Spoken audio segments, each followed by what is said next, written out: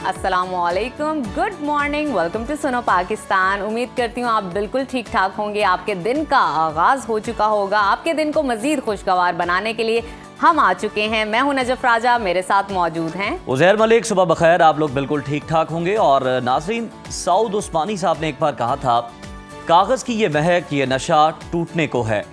ये आखिरी सदी है किताबों से इश्क की। इंसानी तहजीब की तारीख जितनी पुरानी है, इल्म से मोहब्बत भी उतनी ही कदीम है। यही कहानियाँ, यही किताबों की सूरत नस्ल दर नस्ल मुंतकिल होता रहा। किताब सिर्फ इल्म का ज़ख़ीरा नहीं है, बल्कि ये एक आईना है जो हमें खुद से रूशनास कराती है, हमारे ख्यालात को जला देती है और हमारे अंदर सोचने समझने की सलाहियत पैदा करती है। इसी फ़िक्री और तख्लीकी असासे को खराज तहसीन पेश करने के लिए हर साल 23 अप्रैल को आलमी योम किताब मनाया जाता है। 1995 में यूनेस्को ने यह दिन इसलिए मुंतखब किया क्योंकि इसी रोज़ दुनिया के 3 अजीम अदीब शेक्सपियर, मिगल दी सर्वांतेज और गार्सिलासो दे ला वेगा दुनिया से रुखसत हुए थे। इस दिन दुनिया भर में किताबों की अहमियत को उजागर किया गया था। मुख्तलिफ तकरीबात, बुक फेयर और रीडिंग सेशन के जरिए लोगों को मुताले की जानिब राग़िब किया जाता है। लेकिन अगर हम पाकिस्तान की बात करें तो सूरत हाल कुछ तशवीशनाक है। एक हालिया तहकीक के मुताबिक पाकिस्तान में सिर्फ 9 से 10% अफराद बाकायदगी से किताब पढ़ते हैं, जबकि यूरोपीय ममालिक में देखा जाए तो ये तनासुब 60% से ज़्यादा है। स्कूल्स और कॉलेजेस में लाइब्रेरियों की कमी, निसाबी दबाव और स्क्रीन्स की जानिब बढ़ती तवज्जो ने किताब से ताल्लुक़ को मज़ीद कमज़ोर कर दिया है। इसके बरक्स यूरोप में कुतुब बीनी को ना सिर्फ फ़रोग़ दिया जाता है, बल्कि बच्चों में कम उम्री से ही मुताले की आदत पैदा की जाती है। आज के डिजिटल दौर में e books, audio books, reading apps ने मुताले को आसान तो बना दिया, लेकिन सवाल ये है कि नई नस्ल इस सहूलत से फ़ायदा उठा रही है। कौमों की तरक्की का दारोमदार तालीम से ज़्यादा मुताले की आदत पर होता है, क्योंकि यही आदत नौजवान जहनों में तनकीदी सोच, तख़य्युल और शऊर को जन्म देती है। अगर हम चाहते हैं कि हमारी आइंदा नस्ल बाइखलाक, बाशऊर और तख्लीकी हो, तो हमें मुताले को अपने घरों, तालीमी इदारों और माशरे का लाजमी हिस्सा बनाना होगा। बिल्कुल जी, इसी पैगाम के साथ आगे बढ़ते हैं और रहे हैं मौसम की सूरत हाल। तो ओवर टू यू। तो आइए चलते हैं, आपको आज मौसम कैसा रहेगा वो बताते हैं।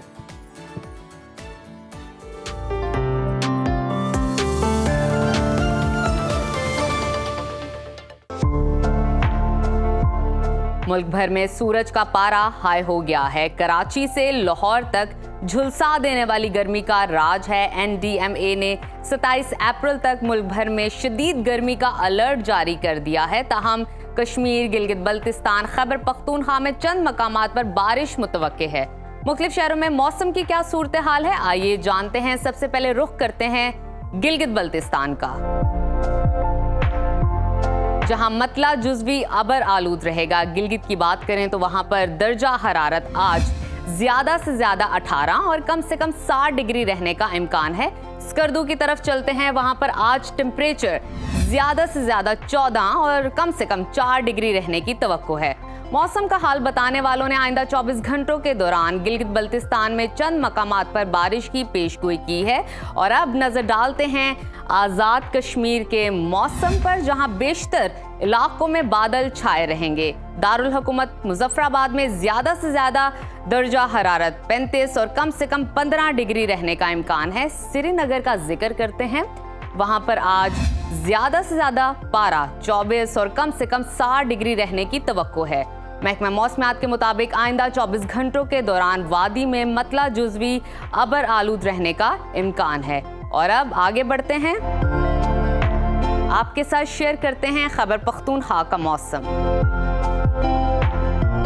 जहां सूरज और बादलों के दरमियान आंख मचोली जारी रहेगी।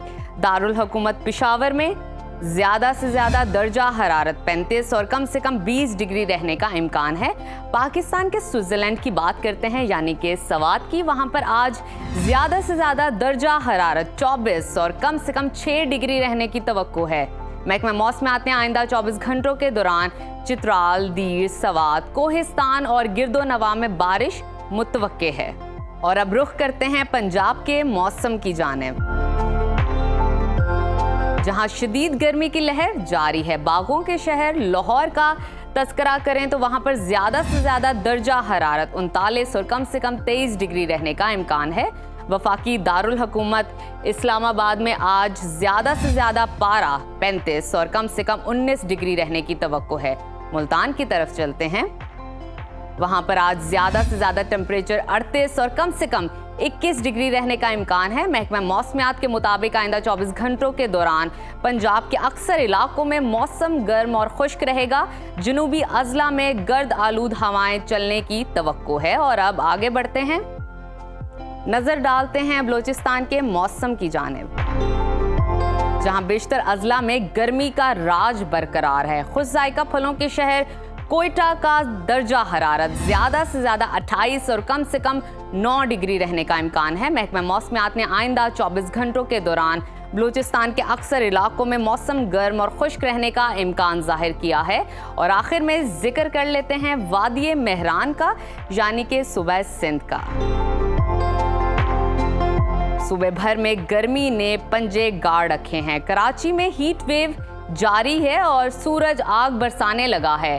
शहर कायद की बात करें, यानी कि कराची की, वहां पर ज्यादा से ज्यादा दर्जा हरारत 39 और कम से कम 24 डिग्री रहने का इम्कान है। हैदराबाद की तरफ चलते हैं, वहां पर आज दर्जा हरारत ज्यादा से ज्यादा 42 और कम से कम 26 डिग्री रहने की तवक्को है।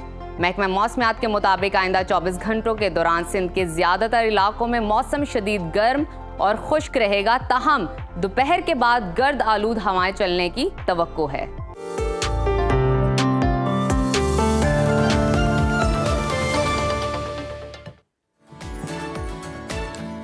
प्रोग्राम के सिलसिले को आगे लेकर चलते हैं और कोई सियासी दर्जा हरारत पर नजर डालें तो केनाल्स का तनाज़ा इस वक्त बैनुल सूबाई सियासत का अखाड़ा बन चुका है। अब बात सिर्फ नहरों तक ही महदूद नहीं रही, बल्कि ये मामला अनाज, सियासी मफादात और हुकूमत के वजूद तक जा पहुंचा है। और हर गुजरते दिन के साथ ये तनाज़ा सुलझने की बजाय मजीद पेचीदा ही होता चला जा रहा है। गुज़िश्ता दिनों वज़ीर आज़म के मुशीर राना सनाउल्लाह और सिंध के सीनियर वज़ीर शर्जील मेमन के दरमियान 2 मरतबा टेलीफोनिक राब्ते हुए। दोनों रहनुमाओं ने बातचीत के जरिए मसला हल करने पर इत्तेफाक भी कर लिया, लेकिन इसके बावजूद बयानात में तल्खी और गर्मी कम होने की बजाय मसलसल बढ़ती जा रही है। पीपल्स पार्टी की जानिब से न सिर्फ केनाल्स मंसूबे को हर कीमत पर रोकने के ऐलानात सामने आ रहे हैं, बल्कि हुकूमत छोड़ने की धमकियां भी दी जा रही हैं। और यहां तक भी कहा जा रहा है कि अगर पीपल्स पार्टी पीछे हट गई तो मौजूदा हुकूमत एक लम्हा भी कायम नहीं रह सकेगी, जो कि दुरुस्त बात भी है। मगर वज़ीर आज़म के सियासी मुशीर राना सनाउल्लाह का 100% यकीन है कि पीपल्स पार्टी हुकूमत से अलहदगी इख्तियार नहीं करेगी। बिलावल भुट्टो जरदारी ने जो बातें कहीं वो जोश खिताबत में कहीं, जिन्हें ज़्यादा संजीदा लेने की ज़रूरत नहीं। उन्होंने ये भी वाज़े किया कि आसिफ अली जरदारी की सदारत में होने वाले इजलास में सिर्फ मुशावरत हुई थी और किसी भी सतह पर मंसूबे की बाकायदा मंजूरी नहीं दी गई। दूसरी तरफ सिंध हुकूमत का भी खासा सख्त रद्द अमल सामने आया है। सीनियर सूबाई वजीर शर्जील मेमन ने 2 टोक अल्फाज में वाज़े किया कि सिंध किसी कीमत पर इस मंसूबे से दस्तबरदार नहीं होगा। नून लीग के कुछ वज़रा गैर ज़रूरी बयानबाजी से मामलात को बिगाड़ने की कोशिश कर रहे हैं। साथ ही उन्होंने खबरदार किया कि शहबाज शरीफ और नवाज शरीफ अपनी जमात के उन अनासिर को रोके जो माहौल को मजीद ख़राब कर रहे हैं, वरना ये बातचीत की गुंजाइश ख़त्म हो जाएगी। तो नाज़रीन, इसी तमाम सूरत हाल पे बात करने के लिए इस वक्त हमारे साथ मौजूद हैं पाकिस्तान पीपल्स पार्टी के सीनियर रहनुमा जनाब अब्दुल कादर मंदोखिल साहब। बहुत शुक्रिया अब्दुल कादर साहब आपके वक्त का। आपसे जानना चाहूँगी, वज़ीर आज़म के मुशीर राना सनाउल्लाह कहते हैं कि आसिफ अली जरदारी की सदारत में होने वाले इजलास में नहरों पर सिर्फ मुशावरत हुई थी, नहरों की मंजूरी ही नहीं दी। एतराज़ क्यों किया जा रहा है? सिंध में कुछ लोग माहौल ख़राब करने की कोशिश कर रहे हैं। मंजूरी से पहले पीपल्स पार्टी इस मंसूबे पर शोर क्यों मचा रही है? यही सवाल राना साहब से पूछे कि उज़्मा बुखारी साहब से पूछे, वो मीडिया पे आके मरियम बीबी की तर्जुमानी करके झूठ क्यों बोल रही है, जब खुद राना सनाउल्लाह कह रहे मंजूरी नहीं दी है। वहाँ सिर्फ एक डिस्कशन हुआ, ब्रीफिंग हुआ, उसको आप मंजूरी का नाम दे के क्यों गुमराह कर रहे हैं सिंध की आवाम को? कादिर साहब, ये बताइएगा कि पीपल्स पार्टी तो इस मौक़िफ़ पे कायम है कि वज़ीर आज़म केनाल्स मंसूबा ख़त्म करने का ऐलान करें, तो क्या मंसूबा पहले ख़त्म होगा तब बातचीत का आगाज़ होगा, या पीपल्स पार्टी मंसूबा ख़त्म होने से पहले ही मुज़ाकरात के लिए तैयार है? देखिए, मुज़ाकरात में तो कोई हर्ज नहीं है। पीपल्स पार्टी हमेशा सियासी डायलॉगबाजी पर यकीन रखती है और हम ये कहते हैं कि एक तरफ मरियम बीबी की तर्जुमान उज़मा बुखारी साहिबा, और दूसरी बात अकील मलिक, इरफान सिद्दीकी साहब नहरों के हक में बयान दे रहे और ये कहते हैं कि नहरें तो बन के रहेंगी। तो दूसरी तरफ इसाक डार साहब और राना सनाउल्लाह साहब हमें मीठी गोलियां दे रही है। तो ये सारी चीज़ों को हम किसकी बात माने? पंजाब जहां मुस्लिम लीग नून की हुकूमत है, 15 करोड़ आवाम की नुमाइंदगी करते हुए, चाहे फॉर्म 47 ही क्यों ना हो, उसकी बात पे यकीन करो, या मैं राना सनाउल्लाह जो गैर मुंतखब है उनकी बात पे यकीन करो। तो इसी वजह से हम कहते हैं कि मुस्लिम लीग नून के सरबराह शहबाज शरीफ साहब को, नवाज शरीफ साहब को इस हवाले से एक बयान देना चाहिए ताकि पीपल्स पार्टी भी अपना राय अख्तियार कर ले। सही, बिल्कुल ठीक। हमें इस हवाले से भी आगाह कीजिएगा कि वज़ीर आज़म के सियासी मुशीर राना सनाउल्लाह पुरुम्मीद हैं कि पीपल्स पार्टी हुकूमत की हिमायत नहीं छोड़ेगी, और वो यकीन दहानी भी करा रहे हैं कि सिंध का पानी ना छीना जाएगा, ना चोरी होगा। इसके बावजूद पीपल्स पार्टी वफाकी हुकूमत पर एतमाद क्यों नहीं कर पा रही? इस वजह से एतमाद नहीं कर रही है हुकूमत पे कि हुकूमत जो है ना दोगली पॉलिसी बयान कर रही है। एक तरफ वो पंजाब के रहनुमाओं को, इरफान सिद्दीकी को हमारे खिलाफ लगाया, दूसरी तरफ इसाक डार और राना सनाउल्लाह हमें जो है ना वो बोल भाषण दे रहे हैं। तो सवाल ये है कि 1991 के जो रिकॉर्ड है उसके तहत 20 सिंध को पानी कम मिल रहा है। उस वक्त 124 MF पानी आ रहा था, इस वक्त सिर्फ 96 आ रहा है। तो पहले सिंध को 41% पानी कम मिल रहा है। तो ये सवाल ये है कि ये जो नहरें निकाल रही है चोलिस्तान के लिए, तो आप मुझे बता दो कि इनको पानी कहां से, कौन से जिले से पानी काटेंगे? क्योंकि सेंट्रल पंजाब वाली भी एहतजाज करे, जनूबी पंजाब वाली भी एहतजाज करे, सिंध और बलूचिस्तान और पख्तूनख्वा भी कर रहे हैं। तो आखिर ये पानी जो प्लांटेड लोगों को आके एक्सपर्ट के नाम पे मीडिया पे लाते हैं, जो झूठ बोलते हैं, गुमराह करते हैं आवाम को, इन सारी चीजों को एक ही हल है कि नवाज शरीफ और शहबाज शरीफ साहब ऐलान करें कि नहरें उन्होंने बनाना है या नहीं। Sir, Tehreek Insaf peoples party और आसिफ जरदारी को कैनाल्स तनाज़े का जिम्मेदार करार दे रही है और इल्ज़ाम आयद कर रही है कि सदर आसिफ अली जरदारी ने इस मंसूबे की मंजूरी दी और अब पीपल्स पार्टी इस पर सियासत कर रही है। तहरीक इंसाफ के इस इल्ज़ाम पर पीपल्स पार्टी का क्या मौक़िफ़ है, क्या जवाब देना चाहेंगे? देखिए, पहली बात तो ये है कि कोई भी पाकिस्तान का कानूनदान मेरे सामने आप बिठा दें कि वो कौन सा आइन, कौन सा कानून, कौन सा शिक इजाजत देती है कि सदर पाकिस्तान के पास के इख्तियार। नंबर 1 बात। दूसरी बात ये कि 8 फरवरी के इलेक्शन से 12 घंटे पहले जो इकनिक ने मंजूरी दी, वो 12 घंटे निगरान हुकूमत, उन्होंने भी उनको CCI के साथ मशरूत कर दिया। मुस्लिम लीग नून को वज़ीर आला सिंह 3 खत लिख चुके हैं। 3 साल में वो CCI की मीटिंग यानी मुश्तरका वफादात कौंसिल की मीटिंग क्यों नहीं बुला रही, जबकि आइन में ये कहा गया है कि हर 3 महीने बाद ये मीटिंग बुलाना लाजमी है। और दूसरी बात ये कि PTI के दौर में क्या 2 नहरों की मंजूरी इमरान खान साहब की हुकूमत ने नहीं दी थी? पहले उसका जवाब दे, और फिर उसके साथ साथ ये कह दें कि यहाँ सिंध में हमारे साथ उन्होंने करारदाद पास की है, सिंध असम्बली में जमात इस्लामी ने, PTI ने, MQM ने। वहाँ वफाक में उन्होंने मुनाफकत क्यों दिखाई है? वहाँ पीपल्स पार्टी ने जो 7 अप्रैल को करारदाद पेश की उसमें मुस्लिम लीग नून तो मुनाफकत कर ही रही है, PTI और MQM जो है ना वो क्यों मुनाफकत कर रही थी, वहाँ से मुंह मोड़ लिया। तो मैं ये समझ रहा हूँ कि ये सिर्फ सिंध के आवाम को जो है ना वरगलाना, उनको तैश में लाना, पीपल्स पार्टी के खिलाफ कोई उनके पास कोई और इशू नहीं है, इस इशू को उठाना। लेकिन अल्हम्दुलिल्लाह हम जब कहते हैं ना एक जरदारी सब पर बारी, तो इस मसले का भी हल निकाल देगा। और इंशाल्लाह अगर हल नहीं निकलेगा तो 1 मिनट नहीं लगेंगे हुकूमत को लात मारने में। बिल्कुल ठीक। हमें इस हवाले से भी आगाह कीजिए। हम ये देख सकते हैं कि कैनाल्स के खिलाफ सिंध भर में शटर डाउन, हड़ताल, धरने और मुजाहरे जारी हैं। अगर पीपल्स पार्टी के हुकूमत से मामला तय पा जाते हैं तो क्या कौम परस्त जमातें भी इस मंसूबे से दस्तबरदार हो जाएंगी? देखिए, कौम परस्त जमातें पहले ही टांगा पार्टी है जो आज तक के कौंसिल की सीट नहीं जीत सके। लेकिन ये मैं कह रहा हूँ कि सिंध में सिर्फ कौम परस्त नहीं है, पीपल्स पार्टी भी सरापाई जहाज है। 4 अप्रैल को हमारा जलसा हुआ था लड़काना में, फिर हमारा 18 को हैदराबाद में, अब 25 तारीख को हमारा सखर में जलसा है। बिलावल भुट्टो साहब खिताब करेंगे।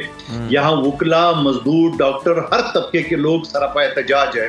तो हम जो फैसला करेंगे हुकूमत के साथ, तो वो सिंध के मुफाद को मद्देनजर रखते हुए, बल्कि पाकिस्तान के मुफाद को मद्देनजर रखते हुए, क्योंकि हम ये कहते हैं कि इसमें सेंट्रल पंजाब के भी जमींदारों को नुकसान है, जहां पानी ये काटा जा रहा है जो बता रहे हैं, जनूबी पंजाब का भी, वहाँ पख्तूनख्वा और बलूचिस्तान के अवाम के साथ भी हमें, क्योंकि पीपल्स पार्टी वफाकी हुकूमत है, वफाकी पार्टी है, तो हम वफाक की बात कर रहे हैं कि मुस्लिम लीग नून की हुकूमत जो इस तरह पख्तूनख्वा में पहले ही अमन अमान की सूरत हाल खराब है, बलूचिस्तान में पहले से खराब है, तो ये सिंध और पंजाब को आपस में क्यों लड़ाना चाहती है? जबकि बरतानिया के दौर में 1945 में सिंध और बलूचिस्तान के दरमियान एक मुआहदा हुआ था इसी जो पानी की शेयरिंग के हवाले से। जब पानी पहले से ऊपर से कम आ रहा है, ऊपर से आप नहरें निकालेंगे वो भी रेगिस्तान के लिए, आप पता नहीं वो रेगिस्तान को आबाद करेंगे या नहीं, मगर सिंध के सरसब्ज जमीन को जरूर तबाह करने में आपकी नियत यहाँ नजर आ रही मुस्लिम लीग नून की। अब पीपल्स पार्टी किस हद तक पर उम्मीद है कि केनाल्स के तनाज़े पर उनके तहफ़्फ़ुज़ात दूर हो जाएंगे और वफाकी हुकूमत ये मंसूबा ही खत्म कर देगी? केनाल्स तनाज़े का मुतफ़िका हल है क्या, जो पीपल्स पार्टी के लिए भी काबिल कबूल और वफाकी हुकूमत को भी, यानी दोनों के लिए विन विन सिचुएशन हो? देखिए, हमारे लिए तो काबिल कबूल यही है कि हम पाकिस्तान के मफाद को देखते हैं, पाकिस्तान को अकाई को एक साथ जोड़ने की बात करते हैं। हम ये कहते हैं कि ये जो मुस्लिम लीग नून ने सिंध दुश्मनी का मंसूबा बनाया था, इसको तर्क कर दे, इससे दस्तबरदार हो जाए, मामला खत्म हो जाएगा। सही नहीं होंगे दस्तबरदार, हम अपनी बात पे खड़े, क्योंकि हम सिंध के अवाम, बलूचिस्तान के और पूरे पाकिस्तान के अवाम के साथ जो नहरों से उनको नुकसान होगा हम उनके साथ है, चाहे उसके लिए हमें कोई भी कुर्बानी देना पड़े। बिल्कुल ठीक। माइंस एंड मिनरल्स एक्ट पर इख्तिलाफात खुलकर सामने आ रहे हैं। इस मामले पर पीपल्स पार्टी वफाकी हुकूमत के साथ खड़ी है या खैबर पख्तूनख्वा हुकूमत की हिमायत कर रही है, आपको क्या लगता है? देखिए, खैबर पख्तूनख्वा हुकूमत तो खुद दड़ेबाजी में, आप देख रहे हैं कि अली गंडापुर साहब का बयान था कल परसों, वो ये कह रहे थे कि ये तो मिनरल का जो प्लान है वो तो इमरान खान का प्लान था।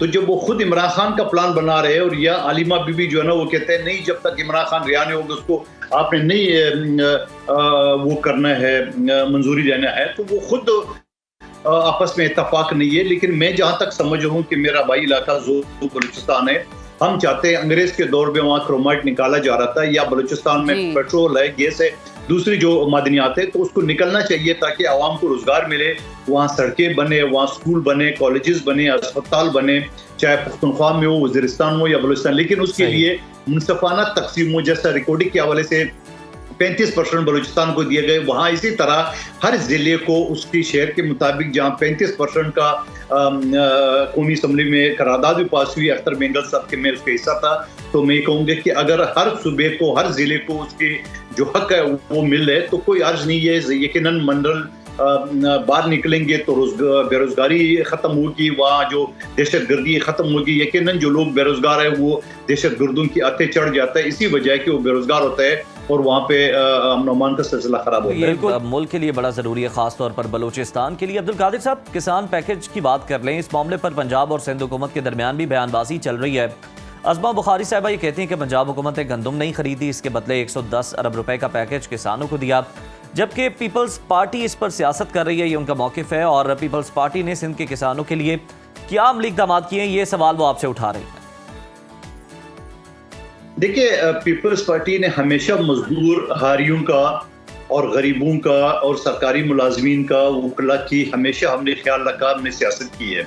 लेकिन मुस्लिम लीग नून हमेशा जो ना वो गरीब खुश पार्टी है, वो सिर्फ सरमायादारों की, बिजनेसमैन को फ़ायदा पहुंचानी रही है, टैक्स चोरी की सूरत में, इंपोर्ट की सूरत में, टैक्स फ्री की सूरत में वगैरह वगैरह। तो मैं ये समझ रहा हूँ कि सिंध का फसल अभी तैयार हुआ ही नहीं है। और पंजाब का उज़्मा बुखारी की बात से पहले आप खुद पंजाब के किसानों से बात पूछें, क्या उनको ये काबिल कबूल है, तो वो आपको खुद ही जवाब मिलेगा।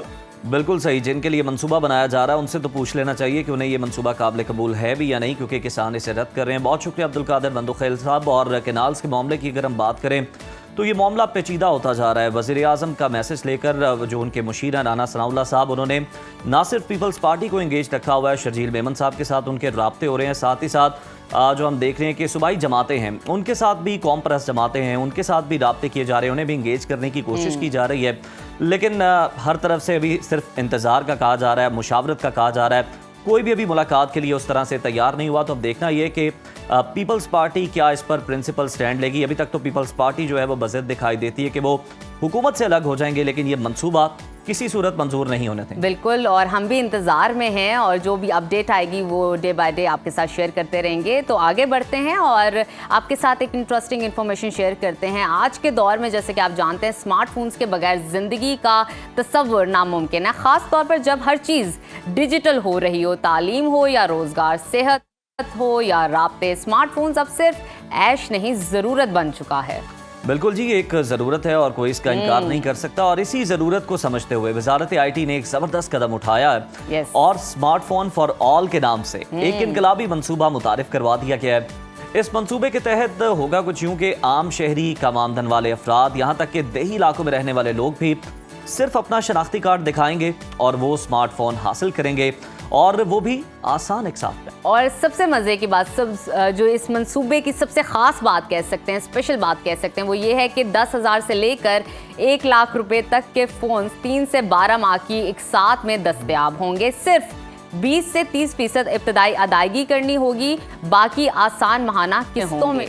और साथ ही सवाल ये भी जहन में उभरता है कि अगर कोई किस्त अदा ना कर पाया तो फिर क्या होगा? तो फ़ोन जो है खुद ब खुद जो है ब्लॉक हो जाएगा, क्योंकि PTA की मदद से ऐसा निज़ाम बनाया गया है कि वो फ़ोन दुनिया के किसी भी कोने में इस्तेमाल नहीं हो सकेगा। ये मंसूबा ना सिर्फ नौजवानों को डिजिटल तालीम के मौके फराहम करेगा, बल्कि ख़वातीन और छोटे कारोबारी अफराद भी इससे भरपूर फ़ायदा उठा सकेंगे। और अगर बात करें पाकिस्तान में मोबाइल सारिफीन की, तो ताज़ा आदादोशुमार ये बताते हैं कि मुल्क में 19 करोड़ से ज़ायद मोबाइल कनेक्शंस मौजूद हैं, मगर इसमें से लाखों अफराद ऐसे हैं जो महंगे स्मार्टफोन्स नहीं खरीद सकते। तो इस मंसूबे से ना सिर्फ डिजिटल गैप कम हो सकेगा, बल्कि मकामी मोबाइल इंडस्ट्री को भी फ़रोग़ मिलेगा, क्योंकि हुकूमत मकामी मैन्युफैक्चरिंग को भी इस स्कीम से जोड़ने का इरादा रखती है। तो बड़ा ही ज़बरदस्त मंसूबा है और हम ये उम्मीद कर रहे हैं कि जल्द अज जल्द जो है हर कोई स्मार्टफोन का हकदार हो और मालिक बन सके उसका, क्योंकि बहुत सारी जो चीज़ें हैं, बल्कि पूरी दुनिया ही समेट के आपके मोबाइल फ़ोन में आ चुकी है। आप अपने बिल्स पे करते हैं और भी जितनी चीज़ें हैं, सारे काम वहाँ पर सहूलत आपको मौजूद है। तो फ़ोन बड़ा होना ज़रूरी है। तो और अभी वो भी लेते हैं, स्मार्टफोन। बिल्कुल, और अभी लेते हैं एक छोटी सी ब्रेक, कहीं मत जाइएगा, देखते रहिए सुनो पाकिस्तान। वेलकम बैक टू सुनो पाकिस्तान। टेक्नोलॉजी की नाज़रीन अगर हम बात करें तो पाकिस्तान के बासलाहियत नौजवान, टेक्नोलॉजी के दीवाने और इंडस्ट्री के माहिरीन एक ही छत के नीचे जमा हों तो वहाँ पर सीखने के बहुत सारे सिर्फ मौके नहीं होते, बल्कि मुस्तकबिल के इम्कानात भी जन्म ले रहे होते हैं।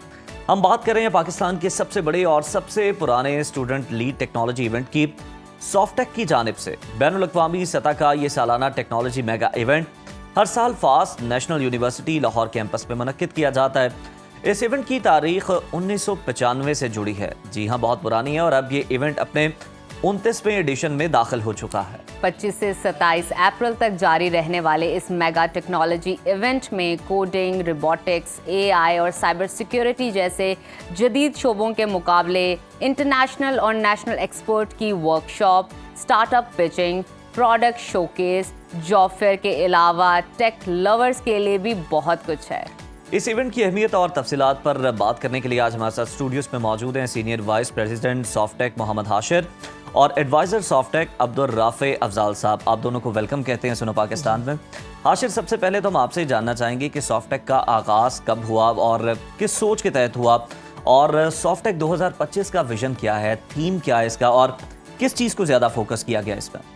जी अस्सलाम वालेकुम। अच्छा, जब जो स्टार्ट है हमारा वो 95 में हुआ था एंड उसको बेसिकली जो सॉफ्टेक को करवाने का पर्पस था, इट वाज बेसिकली कि जो इंडस्ट्री और स्टूडेंट्स में गैप है उसको जो है वो एज अ ब्रिज हम फुलफिल कर सकें।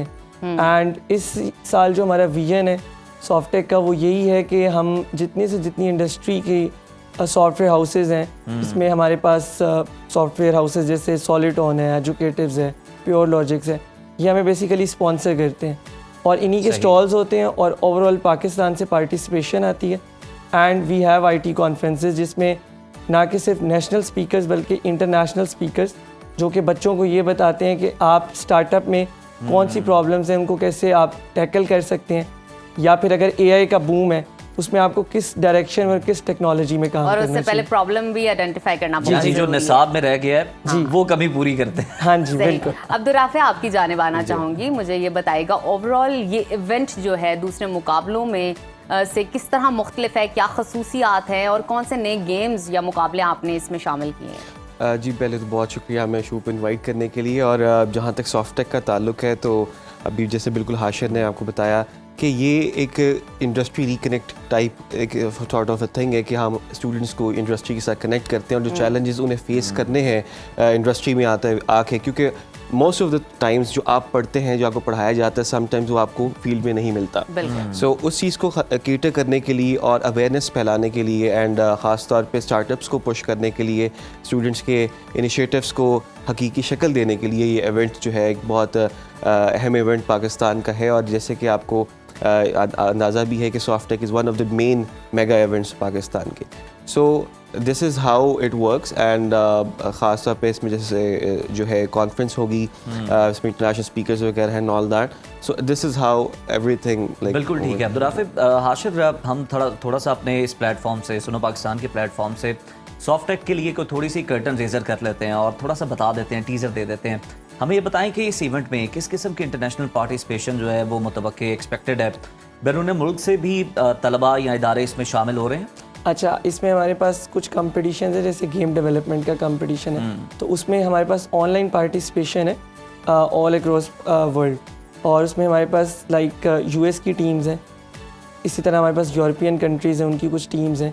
हम बेसिकली बाहर की जो यूनिवर्सिटीज़ हैं उनके साथ कनेक्ट होते हैं और उन्हीं के बच्चे थ्रू ऑनलाइन पार्टिसिपेशन हमारे पास आते हैं। तो इस तरह इट्स एन इंटरनेशनल इवेंट। और इसी तरह हमारे पास जैसे आपको पता है कि गिट हब है एंड यूं के इंटरनेशनल स्पॉन्सर्स वो बेसिकली हमें स्पॉन्सर करते हैं और वही जो है वो वर्कशॉप करवाते हैं। तो दैट मेक्स आर ये बेसिकली हमारा 18th इंटरनेशनल और 29th नेशनल इवेंट है। अच्छा हाशिर, मैं आप ही से जानना चाहूँगी, जैसे कि आप जानते हैं यूनिवर्सिटीज़ में टेक्नोलॉजी से रिलेटेड अब बहुत सारे इवेंट्स होते हैं। ख़ासूसी तौर पर कौन सी क्वालिटीज़ हैं सॉफ्टेक की इस इवेंट में जो दूसरी यूनिवर्सिटीज़ या दूसरे इवेंट से इसको मुख्तलिफ बनाती हैं? इसके साथ साथ स्टूडेंट की पार्टिसिपेशन किस तरह होती है, इसकी एलिजिबिलिटी क्राइटेरिया क्या है?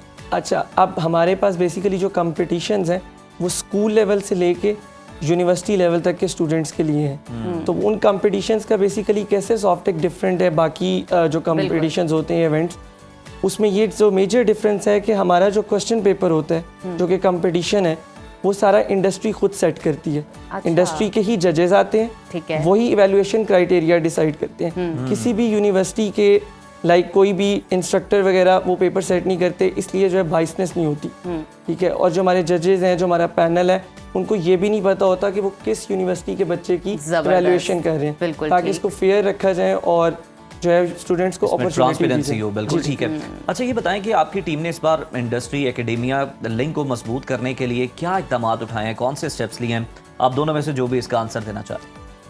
अच्छा, इसमें ये है कि हमारे पास जो सॉफ्टवेयर हाउसेज हैं वो हम सारे स्पॉन्सर लेकर आए हैं। हमारा एक पूरा प्रोसीजर होता है, वी स्टार्टेड 4 to 5 मंथ्स पहले कि सॉफ्टवेयर हाउसेज को हम ऑन बोर्ड लेते हैं, फिर उन्हीं सॉफ्टवेयर हाउसेज की वर्कशॉप्स होती हैं before event and after event भी, बिफोर इवेंट भी, और उन्हीं की वर्कशॉप्स के थ्रू हम स्टूडेंट्स को गाइड करते हैं कि अच्छा, अगर आपने फॉर इंस्टेंस वेब डेवलपमेंट है, उसमें आपने उसका कोर्स तो कर लिया, लेकिन ऐसे कौन से की पॉइंट्स हैं जो आपको इंडस्ट्री के लिए रिक्वायर्ड है, तो वो थ्रू सॉफ्टवेयर हाउसेज हम उनको कन्वे करते हैं। इसी तरह कॉन्फ्रेंसेज होती हैं, वर्कशॉप्स होते हैं, कॉम्पिटिशन्स हैं, तो हम एक प्रॉपर वे में बच्चों को जो है वो पहले से ही प्रिपेयर करना स्टार्ट कर देते हैं फॉर द इंडस्ट्री। बिल्कुल ठीक। अब्दुर्राफे, आपकी जानिब आना चाहूँगी, मुझे बताइएगा as a adviser, as a ambassador, आप क्या बच्चों को नसीहत करते हैं, किस तरह उनको डायमेंशन या एक डोमेन दिखाते हैं? अगर भटके हुए, अगर आपको नज़र आता है कि लाइफ में कुछ करना चाहता है लेकिन अभी भटका हुआ नज़र आ रहा है स्टूडेंट, किस तरह उनको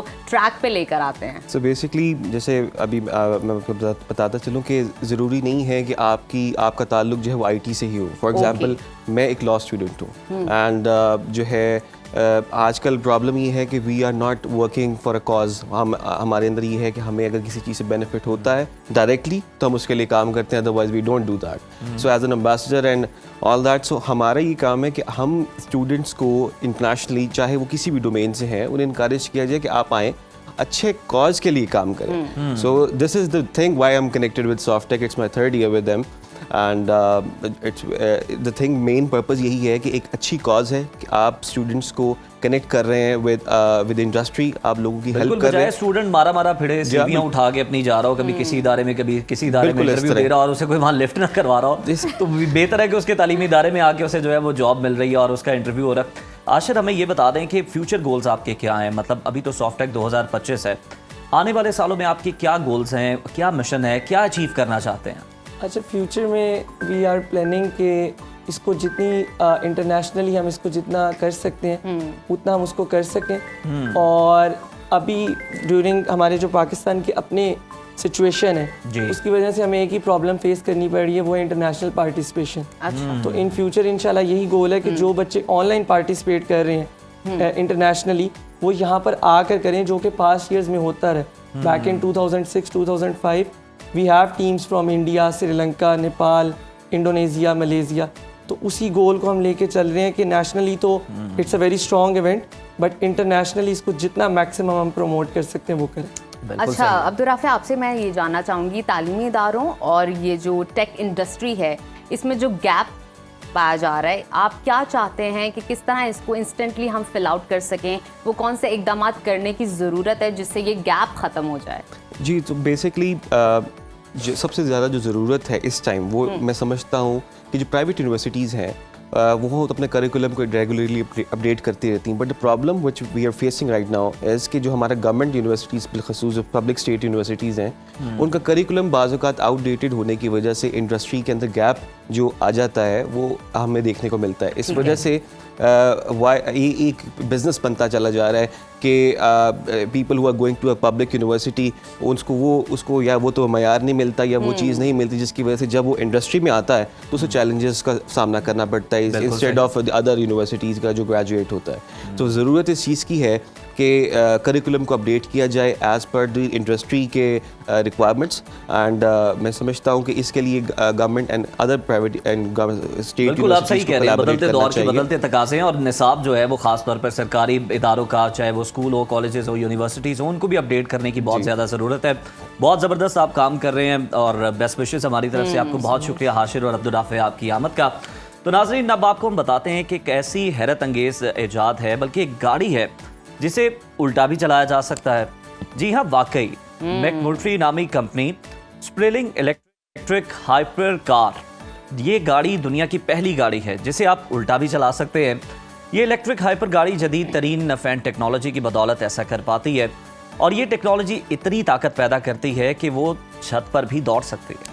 क्या बात है। और इस गाड़ी को उल्टा चलाने का तजर्बा खसूसी तौर पर डिज़ाइन किए गए एक ट्रैक पर किया जाता है जिसमें इससे down force on demand mood पर चलाया जाता है। जी हाँ नाजरीन, और इस मूड में गाड़ी में लगे बहुत से पंखों से एक वैक्यूम क्रिएट होता है जिसके नतीजे में वो गाड़ी इस सतह से चिपक जाती है जिस पर वो खड़ी होती है। इसके बाद वो ट्रैक सुस्त रवि से 180 डिग्री से घूमता है और सीधी खड़ी गाड़ी उल्टी हो जाती है, जिसके बाद ड्राइवर इसको कुछ देर तक दौड़ाता है। 1000 हॉर्स पावर की इस गाड़ी का वजन 1.2 टन है। फिलहाल इस गाड़ी को मार्केट में फरोख्त के लिए पेश नहीं किया जा रहा था, मगर कोई शौकीन इसे खरीदना चाहता ही है तो फिर इसकी कीमत $10 लाख होगी। बिल्कुल ठीक है नाजरीन, तो अगर आप भी इस गाड़ी ना चाहते हैं तो उससे पहले आपको बहुत सारा रिच होने की ज़रूरत है मेरे ख्याल में, और बहुत सारी चीज़ें करने की ज़रूरत है क्योंकि इनोवेशन है। पहले तो हम गाड़ियाँ सड़कों पे सीधी चलती देखते थे, लेकिन अब उल्टी गाड़ियाँ चलना भी शुरू हो गई हैं। तो नाजरीन, अब चलते हैं एक छोटी सी ब्रेक पर, क्योंकि ब्रेक से जब हम वापस आएंगे तो बहुत सारी इन्फॉर्मेशन और सेगमेंट्स अभी बाकी हैं, तो स्टे विद अस। ब्रेक के बाद आपको खुशामदीद कहते हैं। PSL की गहमा गहमी अपने अरूज पर है और हर तरफ क्रिकेट का बुखार छाया हुआ है। मुल्तान सुल्तान्स ने मुसलसल 3 शिकस्तों के बाद पहली कामयाबी हासिल कर ली है और गुज़श्ता रोज़ PSL का 12वां मैच मेज़बान मुल्तान सुल्तान्स और लाहौर कलंदर्स के दरमियान खेला गया। मुल्तान सुल्तान्स ने पहले बैटिंग करते हुए मुकर्ररा 20 ओवर्स में 5 विकेटों के नुकसान पर 228 रन बनाए। मुल्तान सुल्तान्स के बैटर यासिर खान 87 रन बनाकर नुमाया रहे। 229 रन के हदफ के ताक़ुब में लाहौर कलंदर्स की टीम 195 रन ही बना सकी और यूं उसे 33 रन से शिकस्त का सामना करना पड़ा।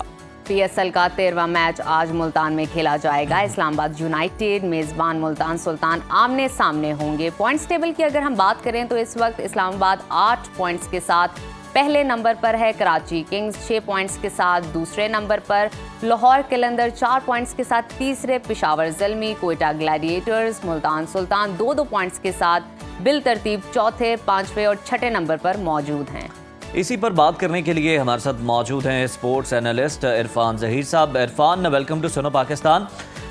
मुल्तान सुल्तान ने इवेंट में अपनी पहली कामयाबी हासिल कर ली है और उन्होंने फतह का मजा चख ही लिया है। पहली लाहौर कलंदर्स को 33 रन से शिकस्त हुई। कलंदर्स की शिकस्त की वजह आपको क्या लग रही है? हालांकि अच्छी फॉर्म में थे, कौन सी ऐसी गलतियां हुई जिनकी वजह से कलंदर्स को शिकस्त का सामना करना पड़ा, और कौन सी ऐसी चीज़ें मुल्तान सुल्तान ने अपनी बेहतर की जिसकी वजह से वो कम बैक कर पाए?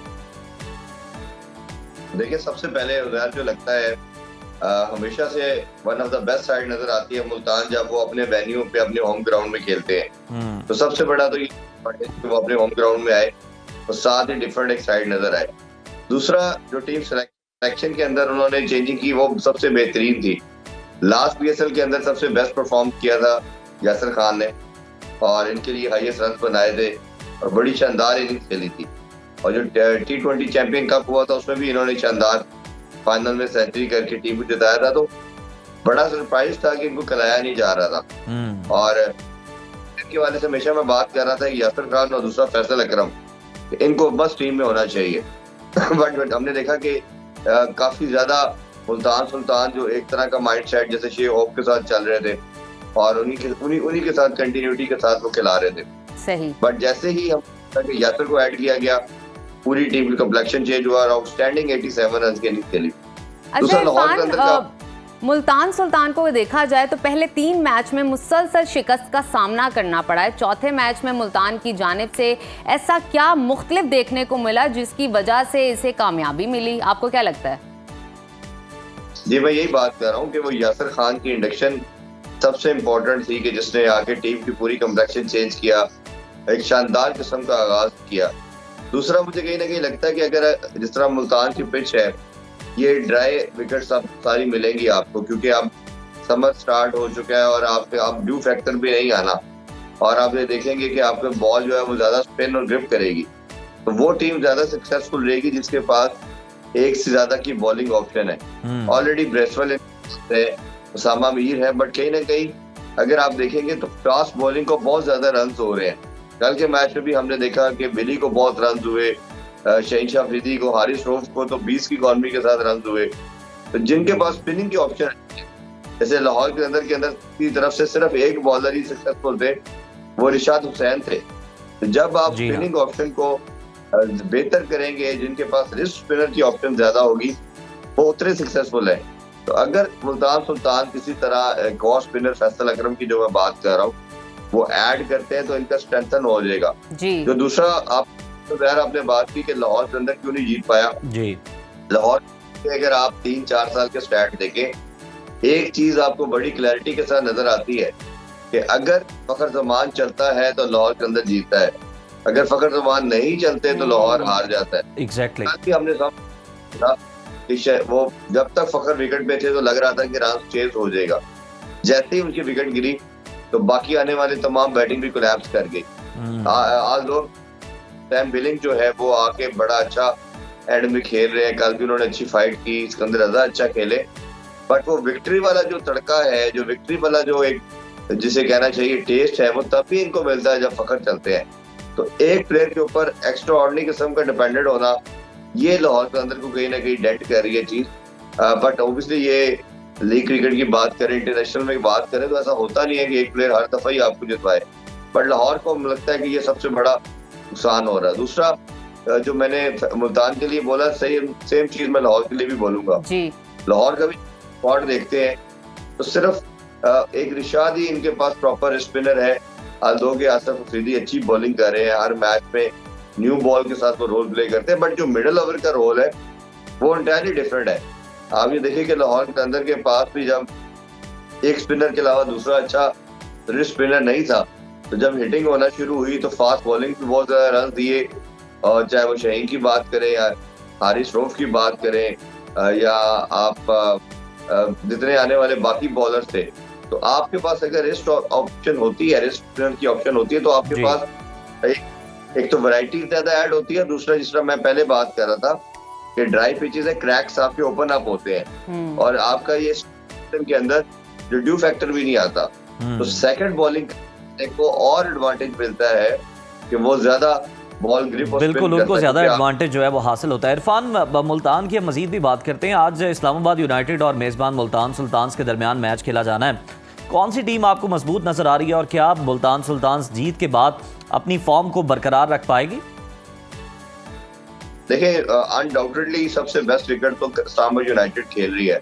चाहे आप इन टर्म्स ऑफ कैप्टनसी बात करें, शादाब सबसे बेहतरीन कप्तानी कर रहा है, इसी तरह बैटिंग और बॉलिंग के अंदर जो इतनी वैरायटी उनके पास है वो किसी टीम के पास नहीं है। बट मुझे लगता है कि अगर किसी टीम को इस्लामाबाद यूनाइटेड को कोई टीम हरा सकती है, आज दो के वो पॉइंट टेबल पे सबसे लास्ट पे है, बट वो मुल्तान सुल्तान, और मुल्तान सुल्तान का जो हम ट्रैक रिकॉर्ड भी देख रहे हैं कि वो अपनी होम सॉइल के ऊपर होम ग्राउंड में अनबीटेबल होते हैं। तो ये एक सिनेरियो है मुल्तान सुल्तान के पास कि वो किसी न तरह इस्लामाबाद यूनाइटेड को अटैक करे, और वो अटैक करने का बेस्ट प्रिंसिपल जो मैं पहले भी मुसलसल बात कर रहा हूँ वो स्पिन है, क्योंकि पेस बैटरी को वो बहुत ज्यादा शानदार खेलते हैं इस्लामाबाद यूनाइटेड वाले, पावर हिटिंग करते हैं, बट कहीं ना कहीं आपको मुल्तान की पिच में स्पिन एक्स्ट्रा नजर आता है, बॉल ज्यादा होल्ड करती है, ग्रिप और स्पिन करती है। तो अगर एक और स्पिनर के साथ अगर आएंगे और फिर इनको उस तरह ट्रैप करेंगे तो मेरा ख्याल है कि इस्लामाबाद यूनाइटेड को ये अच्छा पकड़ सकते हैं। बट वैसे देखा जाए इन जनरल तो सबसे बेहतरीन क्रिकेट इस्लामाबाद यूनाइटेड खेल रही है। और इसमें एक अपडेट भी देते चले कि जो इस्लामाबाद यूनाइटेड के कोच है माइक हैसन जी, उनको पाकिस्तान की कोचिंग के लिए भी सिलेक्ट किया जा रहा है, मतलब उनका नाम जबरदस्त। अच्छा इरफान, जैसे कि अभी आप इस्लामाबाद यूनाइटेड का जिक्र कर रहे हैं, तो अब तक वो 4 मैच खेल चुके हैं और चारों मैचेस उन्होंने जीते हैं। क्या आपको लगता है, अपना एनालिसिस दीजिएगा, इस्लामाबाद यूनाइटेड अपनी फतूहात का सिलसिला बरकरार रख पाएंगी? देखिए, मैं इससे पहले भी बात करूं कि ये वाइट साइड है जो सबसे बेहतर नजर आ रही है, लास्ट टाइम के चैंपियन भी है। उसकी रीजन यही है। तो अगर बॉलिंग देखते हैं तो इनके पास 6-7 बॉलिंग की ऑप्शन है, बैटिंग की तरफ देखते हैं तो 6 नंबर तक इनके पास बैटिंग की ऑप्शन है जी। जब आपके पास इतनी डेप्थ होती है चाहे बैटिंग में और बॉलिंग में, खास तौर पे बॉलिंग के अंदर, अगर आपको ज़ल्मी का मैच याद होगा एक दिन पहले, तो ज़ल्मी ने क्या स्ट्रगल किया था। ज़ल्मी के पास 4 बॉलर थे, 5वां पार्ट टाइमर, तो लास्ट ओवर करवाने के लिए उनके पास कोई प्रॉपर रेगुलर बॉलर नहीं था, और वो सारा मैच अच्छा खेल के लास्ट ओवर में आके वो स्टैप हो गए और मैच हार गए। इसी तरह जो मैं इस्लामाबाद यूनाइटेड की बात कर रहा हूँ कि T20 क्रिकेट में किसी ना किसी 1 या 2 बॉलर पे अटैक होता ही होता है, उसको रन होते ही होते हैं। तो आपका सर्वाइवल तब भी होगा कि आपके पास 6ठे या 7वें बॉलर की ऑप्शन मौजूद है। तो इस्लामाबाद यूनाइटेड की सबसे यूनिकनेस नहीं है, ये वाइट साइड है जिनके पास रेंज काफी ज्यादा है, जिनके पास बॉलिंग ऑप्शन बहुत ज्यादा है, तो वो सर्वाइव कर रहे हैं। ये इंटरनेशनल क्रिकेट में भी यही मंत्रा चल रहा है कि इंडिया की अगर आप बात करें चैंपियन ट्रॉफी में, तो वो सर्वाइव क्यों कर गई, खास तौर पे ये कॉन्टिनेंट की, सब कॉन्टिनेंट की पिचेस के अंदर, कि इधर आपको चार्ज होता है, अटैक होता है, तो अगर आपके पास वैरायटी ज्यादा है, स्पिन ऑप्शन की ज्यादा है, तो आप कहीं ना कहीं उसमें से निकल जाते हैं। अगर एक को चार्ज हुआ तो आप दूसरे को चांस दे सकते हैं, बट अगर आपके पास रिसोर्सेज ही लिमिटेड होंगे तो आपके पास बहुत मुश्किल रहता है कि आप उसमें से फिर निकल सके और किसी और को फिर खिला सके। अच्छा इरफान, पॉइंट्स टेबल पर मौजूद टीमों की पोजीशंस को देखते हुए आपके ख्याल में टॉप 4 में कौन सी टीमें जगह बना पाएंगी, और आपके ख्याल में किस टीम के लिए रवां सीजन जीत का बेहतरीन मौका है, और आगे चलकर जो है लाहौर में जब ये मैचेस आएंगे तो फिर हम देख रहे हैं कि रन्स बहुत ज़्यादा बनेंगे, तो वहाँ पर किस टीम के लिए जो है वो कंडीशन साजगार होंगी ज़्यादा? देखिए, जिस तरह मुल्तान बड़ा अच्छा खेलता है, मुल्तान में तो मुल्तान हमेशा हमने देखा कि लाहौर में आके स्ट्रगल करता है, और इधर हारे हुए हैं वो, तो मुल्तान के लिए बड़ा इंपॉर्टेंट है कि वो अपने होम ग्राउंड में मैक्सिमम मैचेस जीते। इसी तरह लाहौर के अंदर बहुत अच्छा खेलता है और उनका रिकॉर्ड बड़ा शानदार है। कराची को हमने पास में देखा, वो लाहौर में आके स्ट्रगल करता हुआ नजर आया। इसी तरह अगर मजीद बात करें तो जो कोयटा है, कोयटा भी अब उधर वेन्यू में अच्छा खेलता है, लाहौर में आके स्ट्रगल करते हैं। जो टीमें स्ट्रगल करती हुई नजर आ रही है उसमें सबसे ज्यादा ऑब्वियसली मुझे ज़ल्मी कहीं ना कहीं, आज दो के नाम बड़े हैं, स्क्वाड अच्छा है, लेकिन वो टीम कहीं ना कहीं बन नहीं पा रही, वो जेल नहीं हो पा रही। वो चाहे आप बात करें तो कप्तानी का भी मसला कह सकते हैं, वो जो एक बैलेंस स्क्वाड होता है जो आपकी जिसे कहते हैं कि जी कॉम्बिनेशन बनना, जी वो कॉम्बिनेशन डेवलप कामयाब नहीं हो रहे। इसी तरह मुल्तान सुल्तान जीत तो चुके हैं, लेकिन ये देखना पड़ेगा क्या वो सिर्फ मुल्तान में ही जीत पाएंगे, वो कराची वो नहीं जीत, लाहौर ट्रैवल करते हैं तो लाहौर उनका क्या फ्यूचर होगा, क्योंकि पिंडी में भी उनको सक्सेस नहीं मिल पाई।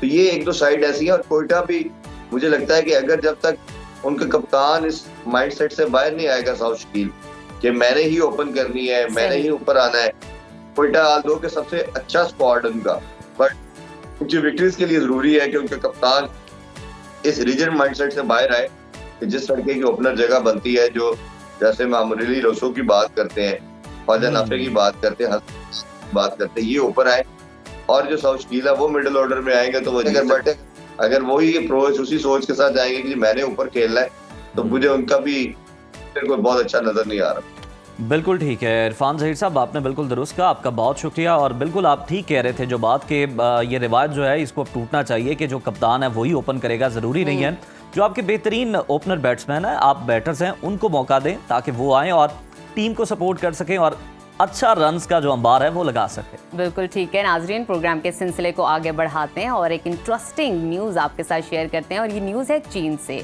चीन में एक दिलचस्प केस सामने आया जहां एक खातून को महज इस वजह से नौकरी से निकाल दिया गया कि वो एक माह में 6 दिन काम ख़त्म होने से वक्त से 1 मिनट पहले अपनी सीट से उठ जाती थीं, लेकिन अब वही खातून अपनी कंपनी के खिलाफ मुकदमा जीत चुकी हैं। खातून का नाम वांग है जो ग्वांगडोंग सूबे की एक कंपनी में 3 साल से मुलाजमत कर रही थी और उनकी कारकर्दगी भी बहुत अच्छी रही थी, लेकिन फिर अचानक कंपनी ने बगैर कोई वार्निंग दिए सिर्फ इतनी सी बात पर उन्हें फारिग कर दिया कि वो वक्त से पहले ऑफिस से चली जाती हैं। खातून ने इस फैसले के खिलाफ लेबर राइट्स अथॉरिटी से रुजू किया और फिर अदालत में मुकदमा दायर किया। अदालत ने वाज़े तौर पर कहा है कि कंपनी के पास मुलाजिम को निकालने का कोई ठोस सबूत नहीं था। वोंग को ना कोई वार्निंग दी गई, ना ही उनके रवैये को दुरुस्त करने की कोशिश की गई, लिहाजा अदालत ने कंपनी को गैर कानूनी का मुर्तकब करार दिया और वोंग को अपनी नौकरी जारी रखने का हुक्म भी दे दिया। तो इसी तरह वोंग तो है वो अपनी नौकरी पे वापस आ गई। हम वापस आते हैं एक ब्रेक के बाद, देखते रहिए सुनो पाकिस्तान। व्यूअर्स, हेल्थ सेगमेंट में आज हम एक निहायत अहम इशू पर बात करने जा रहे हैं। हमने ज़ियाबीतिस को हमेशा टाइप 1 और टाइप 2 की शक्ल में ही जाना, कुछ ने टाइप 3 का भी सुना, लेकिन अब एक जदीद तहकीक बताती है कि ज़ियाबीतिस की एक और किस्म भी है जिसका ताल्लुक ना मीठे से है ना मोटापे से, बल्कि शुगर की इस किस्म का ताल्लुक ग़िज़ाई किल्लत से है। हाल ही में माहिरीन ने टाइप 5 ज़ियाबीतिस दरियाफ्त की है जो ज़्यादातर उन ममालिक में सामने आई जहां लोग गुर्बत, भूख और ग़िज़ा की कमी का शिकार हैं। इन ममालिक में पाकिस्तान, भारत और अफ्रीका के बाज़ खित्ते शामिल हैं। बीमारी ज़्यादातर उन दुबले पतले नौजवानों में सामने आई जिनका BMI कम होता है और उनका जिस्म इंसुलिन बनाता तो है, लेकिन इतना कम कि ख़तरनाक हद तक शुगर लेवल मुतासर होता है और अगर इन्हें गलती से टाइप 1 मरीज़ समझकर इंसुलिन दे दी जाए तो ये इनकी सेहत को मज़ीद ख़राब कर सकता है। आलमी इदारा सेहत और इंटरनेशनल डायबिटीज़ फेडरेशन इस बीमारी के खिलाफ आगाही बढ़ाने के लिए काम कर रहे हैं। उनका कहना है कि दुनिया भर में 2 करोड़ से ज़ायद लोग इस मखसूस टाइप से मुतासर हो सकते हैं और बीमारी की दुरुस्त तशख़ीस ही उनकी ज़िंदगी को बचा सकती है। इस अहम मौजू को मज़ीद बेहतर अंदाज में समझने के लिए हमने शो में दावत दी है medicine specialist doctor Junaid Sarfaraz साहब को। डॉक्टर साहब, बहुत शुक्रिया आपके टाइम का। वेलकम टू सुनो पाकिस्तान। ज़ियाबीतिस की ये जो आम इकसाम है इसके बारे में तो हम सब जानते ही हैं, मगर ये जो नई दरियाफ्त शुदा टाइप 5 है ज़ियाबीतिस की, इसकी क्या सिम्टम्स हैं और ये दूसरी जो इस वक्त डायबिटीज़ है उससे किस तरह डिफरेंट है? First of all thank you so much for inviting me. अच्छा, इसमें बड़ा अच्छा आप लोगों ने टॉपिक चूज़ किया है। अभी रिसेंटली इस पर बड़ी पेशरफ्त हुई है। बैंकॉक के अंदर एक कॉन्फ्रेंस हुई है, डायबिटीज़ के जितने बड़े लोग हैं, जितने करते धरते हैं वो लोग बैठे हैं, उन्होंने बेसिकली एक डेकेड से इसके ऊपर रिसर्च चल रही थी ऑलरेडी। इसमें देखा ये जा रहा था कि बहुत से बच्चे ऐसे हैं जिनको डायबिटीज़ तो डायग्नोज हो जाती है और उनको टाइप 1 समझ के, हम जिस तरह आपने अपने इंट्रोडक्शन में बताया कि टाइप 1 समझ के हम इंसुलिन स्टार्ट कर देते हैं, तो होता ये था कि इंसुलिन से वो ठीक होने की बजाय वो ज़्यादा डिटीरियोरेट करना शुरू हो जाते हैं।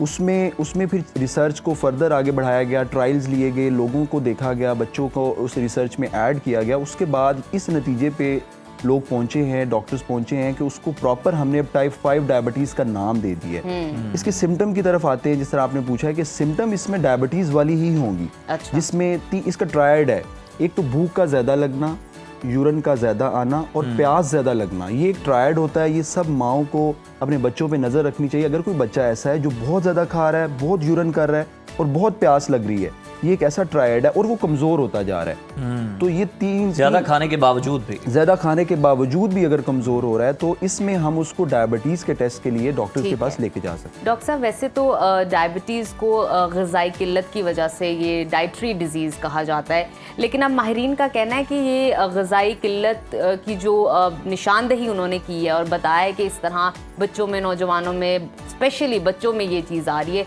तो इसको थोड़ा सा वजाहत करेंगे इस चीज़ की कि ये किस तरह की डाइट लेते हैं बच्चे या इज्तनाब करना चाहिए उनको? देखें, इसमें मैं अपना इस बात से स्टार्ट लेता हूँ। उन तमाम लोगों को भी ये इंतबाह है जो कि ख़ास तौर पे फीमेल्स जो कि डाइट को कंट्रोल करके अपना वज़न कम करने की कोशिश करती हैं, जो कि टीन एज में होती हैं। अगर उनके अंदर टेंडेंसी हुई इस चीज़ की टेंडेंसी हुई तो वो भी इस चीज़ को कैरी कर सकती हैं। फर्स्ट ऑफ ऑल ये बहुत इंपॉर्टेंट बात है। दूसरे नंबर पे मैं ये बताना चाहूँगा कि जब हम न्यूट्रिशन डेफिशिएंट होते हैं, हमारी पूरी बॉडी जो है वो आपको पता है कि हमारी डाइट जो हम डाइट लेते हैं उसमें कार्बोहाइड्रेट है, प्रोटीन है, लिपिड्स हैं, ये 3 ही मेजर कंपोनेंट होते हैं हमारी डाइट के। जब ये डेफिशिएंट होते हैं तो हमारे बॉडी के सेल्स जो होते हैं उनकी नीड जो होती है वो पूरी नहीं होती, वो अपना काम करना छोड़ देते हैं। जिस तरह आप लबलबे की बात करते हैं, ख़ास तौर पे प्रोटीन डेफिशिएंट, आप अफ्रीका का ले लें, हमारे पाकिस्तान के अंदर भी कुछ ऐसे रीजन हैं जहाँ पे आप लोगों को 3 वक्त का खाना नहीं मिलता। भारत के अंदर, इंडिया के अंदर बहुत से ऐसी जगह हैं जहाँ लोगों को 3 वक्त का खाना नहीं मिलता। और जो रिसर्च हुई है उसमें 3 कंट्रीज़ को ही स्पेसिफिकली मेंशन किया गया है, पाकिस्तान, इंडिया और अफ्रीका के अंदर तकरीबन 20 करोड़ के करीब लोग हो सकते हैं जिनको ये डायबिटीज़ हो। उसमें होता ये कि जब आप न्यूट्रिएंट्स डेफिशिएंट होते हैं, प्रोटीन डेफिशिएंट होते हैं, तो आपका लबलबा काम करना छोड़ देता है। टाइप 1 और टाइप 5 में फ़र्क ये होगा, टाइप 1 के अंदर आपका लबलबा 0 काम करता है, बिल्कुल इंसुलिन 0 पैदा करता है, आपको बाहर से इंसुलिन लेनी पड़ती है। इसके अंदर आपका लबलबा को 10%, 20% काम कर रहा होता है, 25% काम कर रहा होता है। जब आप न्यूट्रिएंट डेफिशिएंट होते हैं तो वो उसकी चीज़ की डाइवर्सिटी ज़्यादा हो जाती है, वो वर्स होके डिजीज़ आपके सामने आती है। तो इस वजह से जब ये लोग वैसे नॉर्मल जा रहे होते हैं, जैसे ये थोड़े मेल न्यूट्रिशन की तरफ जाते हैं तो ये डिजीज़ सामने आती है और डायग्नोज होती है। अच्छा डॉक्टर साहब, क्या टाइप 5 ज़ियादती सिर्फ नौजवानों को मुतासर करती है, ये बड़ी उम्र के अफराद भी इसका शिकार हो सकते हैं? हम स्पेसिफिकली अगर एज ग्रुप की बात कर लें तो किन के लिए ज़्यादा खतरा जो इसका शिकार हो सकते हैं टाइप 5 का? अच्छा, इसमें इम्पोर्टेंट बात ये है कि ये एक जेनेटिक डिसऑर्डर है, ये जीन्स के थ्रू आपके पेरेंट्स से आपको ट्रांसफ़र होना है, फर्स्ट ऑफ ऑल। सेकेंडली, ये आप एज मैं स्टार्ट करता हूँ, ये इंट्रायूट्राइन माँ के पेट से ही स्टार्ट हो जाने वाली बीमारी है। ये वहाँ से स्टार्ट हो के आपको लेस देन 25 ईयर के एज में पेशेंट मिलेंगे। ज़्यादातर इसके जो पेशेंट होंगे आपको वो 25 से लेस मिलेंगे, आपको ओल्ड एज या 30 से ऊपर पेशेंट इसके नहीं मिलेंगे। सही। अच्छा डॉक्टर साहब, इस बीमारी की जो तशखीस है उसकी सहूलियात पाकिस्तान में मुयस्सर हैं? जी बिल्कुल। अच्छा, इसमें कुछ भी देखें, इसमें रिसर्च जस्ट ये हुई है कि हम एक डिजीज़ को जिसको हम मिस डायग्नोज करके टाइप 1 समझ के ट्रीट कर रहे थे, लेकिन उसके अंदर और कुछ भी डिफरेंट नहीं है। जस्ट हमने इस रिसर्च के बाद अपनी ट्रीटमेंट ऑप्शंस को करेक्ट लाइन में लेके जाना है ताकि पेशेंट को करेक्ट चीज़ें दी जाएँ, वो ठीक हो जाए। बाकी तशखीस वही है जो हम टाइप 1 डायबिटीज़ में करते हैं, टाइप 2 डायबिटीज़ में करते हैं, वही टेस्ट हैं, वही टेस्ट कोई इतने कॉस्ट इफेक्टिव नहीं है, सिंपल टेस्ट हैं, वही करा के हम डायग्नोज करके सिर्फ ये है कि जो उसकी रिक्वायरमेंट है उसके मुताबिक उसको ट्रीट कर सकते हैं। अच्छा डॉक्टर साहब, हम चाहते हैं कि इस प्लेटफॉर्म से ज़्यादा लोग इस बारे में अवेयर हों और अवेयरनेस ज़्यादा फैले। ये बीमारी चूँकि कम उम्र अफराद में ज़्यादा होती है, तो ये बताएं कि आम इंसान ख़ास तौर पर जिस तरह से आपने पेरेंट्स के हवाले से बताया कि उन्हें किस तरह से कॉन्शियस रहना चाहिए, बच्चा ज़्यादा खा रहा है लेकिन वो जो है कमज़ोर होता जा रहा है, टीचर्स को आप क्या रेकमेंड करेंगे? इनके स्कूल में कोई बच्चा है, उसकी इस तरह की तबीयत बिगड़ जाती है तो उन्हें क्या करना चाहिए? जिस तरह किसी की शुगर लो हो जाती है तो हम देखते हैं उसे कुछ मीठा खिला रहे होते हैं, तो इसकी अलामात किस तरह से पहचान सकते हैं वालिदैन भी और असातिज़ा भी? अच्छा, इसमें देखें, जो बच्चे स्कूल गोइंग होते हैं आजकल, तो मैं पाकिस्तान में तो ये ट्रेंड है कि 7 बजे ही बच्चों को स्कूल छोड़ दिया जाता है, 7:30 बजे, और उनको 3-4 बजे उनकी वापसी हो रही होती है। और वो देखें कि मैक्सिमम पीक आवर्स जो हैं वो दिन के, वो अपने असातिज़ा के साथ स्कूल में गुजार रहे होते हैं, पेरेंट्स से दूर। तो इसलिए असातिज़ा के लिए भी ज़रूरी मैसेज है कि आप स्कूल में, एक तो हर स्कूल में ऑब्वियसली एक डिस्पेंसरी होती है, सबसे रिक्वेस्ट होगी कि हमने अक्सर ये ऑब्जर्व भी किया है कि वहाँ पे क्वालिफाइड बंदा नहीं होता। आप वहाँ पे क्वालिफाइड किसी डॉक्टर को रिकमेंड रखें, वहाँ पे हायर करें ताकि वो बर वक्त इन चीज़ों को देखे। और यही ट्रायड है कि आपके पास अगर एक बच्चा जो है वो अनकॉन्शियस हो रहा है, ड्राउजी है, ये शुगर कम होने की अलामात हैं। ये ज़रूरी नहीं है कि शुगर बढ़ जाए, क्योंकि इन लोगों के अंदर शुगर कम होना बढ़ना ये फ्लक्चुएट होता है। सही। अगर कोई बच्चा ड्राउजी है, डिहाइड्रेटेड है, आपको ऐसा लगता है कि वो अपने नॉर्मल एक्टिविटीज़ में सही तरह से काम नहीं कर पा रहा, तो उसके पेरेंट्स को इन्वॉल्व करके उसको मेडिकली चेकअप के लिए ज़रूर रिकमेंड करें। बिल्कुल ठीक। अच्छा डॉक्टर साहब, मैं कॉन्सिक्वेंसेस पे बात करना चाहूँगी। फॉर एग्जांपल, क्योंकि अभी ये तशखीस सामने आई है, इससे पहले भी बहुत सारा हुआ होगा कि डॉक्टर ने टाइप 5 को ट्रीट कर लिया होगा टाइप 1 से, टाइप 2 से। क्या कॉन्सिक्वेंसेस जनरेट हुए, किस तरह की कॉम्प्लेक्सिटी आई पेशेंट के अंदर? देखें, इसमें बड़ा मैं सादा अल्फाज में बोलने की कोशिश करता हूँ जब भी आता हूँ, तो उसमें ये है कि देखें, टाइप 1 डायबिटीज़ में बिल्कुल इंसुलिन नहीं है, आपने बाहर से दी, बॉडी की रिक्वायरमेंट पूरी हो गई। अब टाइप 5 के अंदर ये है कि आपका लबलबा जो है वो एबनॉर्मल काम कर रहा है, लेकिन वो काम कर रहा है, उसमें कुछ ना कुछ हद तक वो इंसुलिन बना रहा है। अब जब आप उसे बाहर से इंसुलिन देंगे, वो ये होगा कि आप बॉडी के एक सिस्टम को डिस्टर्ब करेंगे। ठीक है। तो उसमें ये होगा कि आपकी शुगर लेवल बहुत कम हो सकती है, क्योंकि आपने बाहर से इंसुलिन उसको मेजर्ड अमाउंट में तो नहीं दी है, जिसकी बिल्कुल नहीं बन रही है उसको तो आपने दे दी उसके बॉडी वेट के लिहाज से, लेकिन आपको ये नहीं पता कि उसका लबलबा 25% काम कर रहा है, 40% काम कर रहा है, लेकिन आपने बाहर से इंसुलिन उसको दी है, तो उससे ये होगा नुकसान कि उसकी शुगर लेवल लो होगा, बार बार लो होगा, और बार बार शुगर लेवल लो होने से आपको पता है ब्रेन इंजरी होती है, बॉडी के सारे ऑर्गन डैमेज होने का खतरा होता है। तो ये सारे कंसिक्वेंसेस हैं, जो कॉम्प्लिकेशंस हैं, इसको मिसडायग्नोज होने की वजह से हो रही थी। सेकंड, दूसरा ये कि वो चीज़ ट्रीट नहीं हो रही थी। कॉम्प्लिकेशन से पहले तो बात है ना, उस चीज़ को ट्रीट किया जाए, वो चीज़ ट्रीट नहीं हो रही थी। फैटल इसलिए ज़्यादा था कि आप इंसुलिन दे रहे हैं, बच्चे ठीक भी नहीं हो रहे, बल्कि उसकी कॉम्प्लिकेशंस में जा रहे थे। अच्छा डॉक्टर साहब, लास्टली हुकूमत और मुतल्लिका इदारों की जानिब से इस बीमारी के हवाले से अवामी आगाही के लिए की जाने वाले इकदाम आप समझते हैं काफ़ी हैं या इनमें बहुत ज़्यादा बेहतरी की गुंजाइश है? लेकिन इसमें देखें, अभी तक तो हमारी मैंने कहीं पे भी नहीं सुना कि पाकिस्तान में कोई ऐसा सेमिनार हुआ हो, कोई कॉन्फ्रेंस हुई हो जिसमें डॉक्टर्स को इकट्ठा किया गया हो, कोई गवर्नमेंट का प्लेटफॉर्म हो कि भाई ये देखें, दुनिया में रिसर्च हुई है, आए आप भी बैठे, हम आपको आगाही देते हैं, आप ये टीम्स बनी हैं, ये रस्तों में जाएंगी। अब मैंने कल देखा है जी, इन्वायरमेंट को बेहतर रखने के लिए बड़ी लग्जरी गाड़ियाँ ली गई हैं, ठीक है, उनके अंदर इन्वायरमेंट वो ऑफिसर बैठ के सिर्फ जाएंगे, बताएंगे जी टेम्परेचर आज इतना है, आप ठीक रहें, लेकिन हेल्थ क्या है, इस पे कुछ भी नहीं है।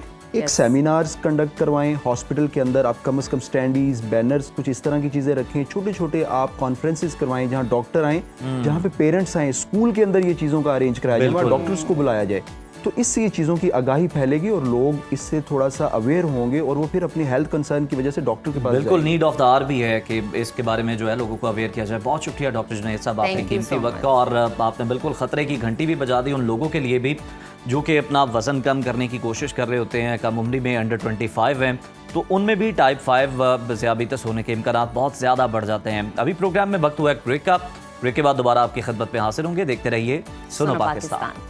Welcome back. रवा साल हज के लिए निजी स्कीम के तहत रजिस्टर्ड 67,000 पाकिस्तानी आज़मीन ताहाल गैर यकीनी सूरत हाल का शिकार हैं। वजारत मजहबी उमूर के मुताबिक सऊदी हुकूमत का हज पोर्टल अब बंद हो चुका है, मजीद अफराद को इजाज़त नहीं दी जा रही है। वफाकी वजीर मजहबी अमूर सरदार यूसुफ ने दावा किया है कि निजी टूर ऑपरेटर्स ने अदालत का रुख करके कीमती वक्त ज़ाया किया है, जिसके बाद स्केड्यूल के मुताबिक अदायगियाँ ना हो सकेंगी। सऊदी अरब ने सिर्फ 14,000 आज़मीन की पेमेंट्स कबूल की हैं। इसी पर बात करेंगे, हमारे नुमाइंदे मोहम्मद इमरान ने हमें ज्वाइन किया है। इमरान, वेलकम टू सुनो पाकिस्तान। सबसे पहले हमें ये बताइएगा कि आपने इस मामले को कवर भी किया, आपकी बड़ी गहरी नज़र है इस मामले पर, तो ये बताइएगा कि निजी स्कीम के जो 67,000 अफराद का मामला इस नहज तक पहुँचा कैसे, इसके पीछे असल वजूहात क्या हैं? क्योंकि वजारत मजहबी उमूर कोई और कहानी सुना रही है और जो टूर ऑर्गेनाइजर्स की जो तंजीम है वो कुछ और अपना मौक़िफ़ जो है वो सामने रख रहे हैं। जी बिल्कुल, इसमें बुनियादी तौर पे दोनों ही जो साइड्स हैं वो जिम्मेदार हैं। इसमें जो सबसे अहम बात थी कि जब गुज़िश्ता हज मुकम्मल हुआ तो उसके फौरन बाद सऊदी हुकूमत ने अपनी हज पॉलिसी दी और मुख्तलिफ चीज़ों की उन्होंने डेडलाइंस मुकर्रर कर दी थी कि आपने मिना के अंदर अगर प्लॉट लेना है तो उसके लिए आपको कब पेमेंट जमा करानी है, बाकी तमाम चीज़ें जो मुख्तलिफ जो वहाँ पे पेमेंट्स का शेड्यूल है हाजियों के हवाले से वो कब कब होगा। उसमें जो इस दफा तब्दीली की गई वो ये कि पहले 500 हाजियों के ऊपर मुश्तमिल एक मुनज़्ज़म या क्लस्टर बनाया जाता था। इस दफा उसकी तादाद तकरीबन 1000 से ज्यादा कर दी गई है। उसकी तादाद चूंकि बढ़ा दी गई तो इस वजह से पाकिस्तान के अंदर जो 900 से जायद कंपनियां हैं, उनके पास किसी के पास 50 का कोटा है, किसी के पास 150 का कोटा है। सही। अब उतने अफराद पूरे करने के लिए उनके पास भी टाइम नहीं था। दूसरा अहम इशू इसमें ये हुआ कि हुकूमत पाकिस्तान ने जो हज पॉलिसी अप्रूव की वो ताखीर से की। अच्छा, जब हज पॉलिसी अप्रूव हो गई तो उसके बाद हज पॉलिसी अप्रूव होने के बाद जब दरखास्तें तलब की गई हुकूमत की जानिब से, तो प्राइवेट टूर्स ऑपरेटर ने जब हुकूमत के साथ ही दरखास्तें तलब करने के लिए इश्तिहार दिए तो हुकूमत की जानिब से उनको जो है वो नोटिस जारी किए गए कि आप नहीं मुकम्मल कर सकते, आप हज दरखास्तें जो है वो नहीं वसूल कर सकते जब तक कि हुकूमत की ना हो जाए। हुकूमत की जब अपनी दरखास्तें मुकम्मल हुई तो फिर इन्हें इजाज़त दी गई। उसके साथ साथ जो है वो दीगर जो है वो मसाइल भी बढ़ते रहे। जो टूर ऑपरेटर थे उनका कहना ये है कि एक तो जब हमने जब वो क्लस्टर बना लिए, बिल्कुल जी, उनका भी ये मौक़िफ़ है, लेकिन फ़िलहाल जो हम देख रहे हैं कि 67,000 आज़मीन हज हैं जिनका मामला लटक गया है। बहुत शुक्रिया मोहम्मद इमरान, आप हमारे साथ मौजूद थे और इस मुतालिक हमें जो डिटेल्स हैं वो प्रोवाइड कर रहे हैं कि मसला है कहाँ पे और जो इसका सलूशन है अब वो किस तरह से निकल सकता है और किस तरह से सऊदी हुकूमत के साथ रब्ता करके जो ये आज़मीन हज हैं जो कि हज करने की ख्वाहिश रखते हैं इन्हें हज पर भेजा जा सकता है। नाज़रीन, एक और अहम मामले की हम बात कर लेते हैं। इस्लाम एक मुकम्मल ज़ाब्ता हयात है जो ना सिर्फ इनफरादी इबादत बल्कि माशरती रिश्तों के हवाले से भी हमारी रहनुमाई करता है। निकाह, तलाक और खुला जैसे मामलात में इस्लाम ने औरत को इज़्ज़त और वक़ार के साथ फैसले का इख्तियार दिया है। हाल ही में लाहौर हाई कोर्ट ने एक ऐसा फैसला सुनाया है जिसने एक बार फिर ख़वातीन के माशरती और शरई हुकूक की वजाहत कर दी है। और आपको बताते हैं कि अदालत ने वाजे कर दिया है कि महज खुला लेने की बुनियाद पर खातून को हक महर की रकम से महरूम नहीं किया जा सकता।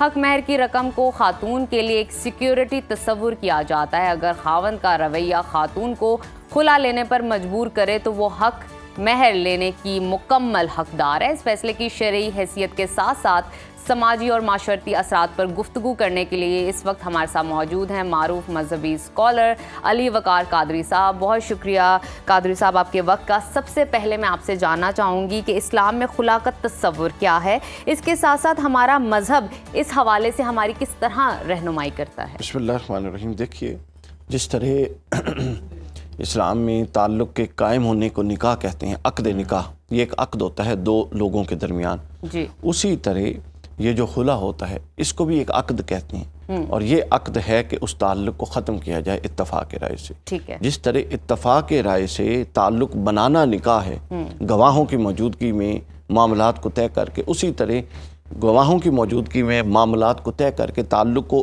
ख़त्म करना इसको खुला कहते हैं। खुला या तलाक, ये तलाक का मुतबादिल है। तलाक का अख्तियार अल्लाह ने मर्द को दिया है और खुला का अख्तियार औरत के पास है। बिल्कुल ठीक है।